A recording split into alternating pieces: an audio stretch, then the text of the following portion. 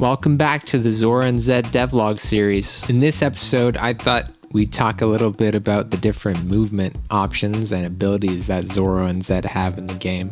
When I was first getting into game development, I was looking at different games that I liked to play that felt really fun with the movement. Games that I really drew inspiration from were, of course, Spyro, but I was playing a lot of Super Mario Odyssey at the time.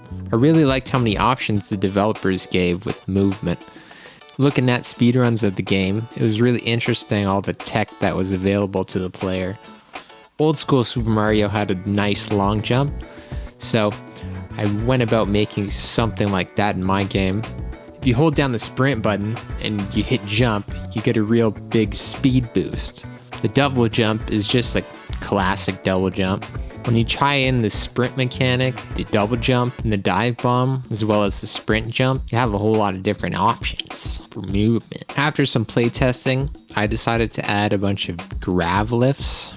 I had a few of these that I'd made previously, but I really wanted to kind of push the player forward and didn't really want there to be too many obstacles in your way if you would want to chain together a nice fluid movement sequence. In addition to the grav jumps, I added these cool rotating grav cubes. Not only do I use a set decoration, but I put them around the different levels to allow for different movement options, tying in cool little sequences and challenges that you can do when jumping around.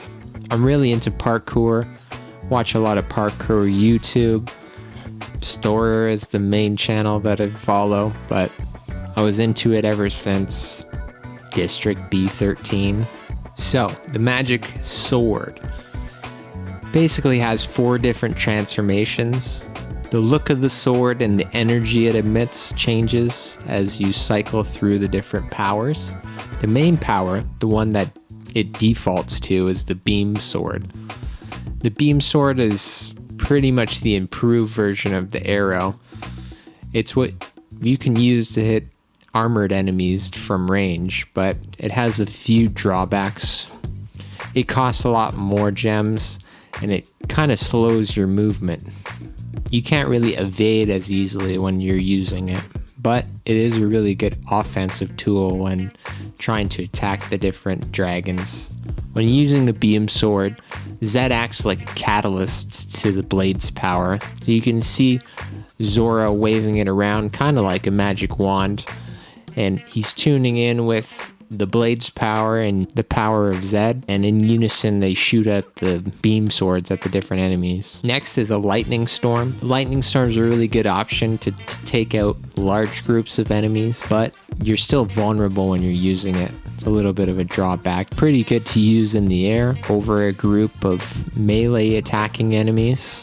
The icy shield is the main defensive power in the game, but you can kind of use it offensively as it triggers multiple instances of damage on enemies. Lastly, the healing magic is the way to heal outside of touching a ritual pad. It costs a lot of gems, but it's worth it. Of course, all the gems in the game are the source of the magic power. It's pretty much your mana, and you don't really want to have that run low.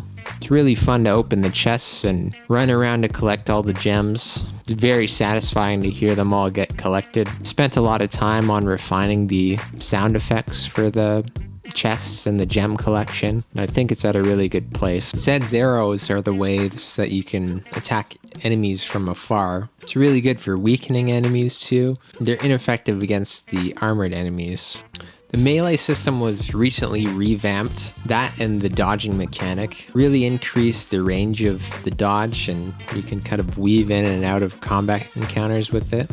But there's no invincibility frames, so you're gonna have to be careful what situations you're getting yourself into. The amount of hits that the dragons take is the same as the amount of souls that they drop. There's 4 different levels of dragons in the game. There's a few different subclasses of each dragon, each with its own attack patterns and behaviors. Using the melee is a really good option to chain together attacks. I was going for something that was a little bit like Sonic the Hedgehog, where you can bounce between enemies and have a really seamless combo. Hey, why don't you give it a shot for yourself? The demo's on Steam. Maybe you download it. Maybe you play it. Maybe you let me know what you think.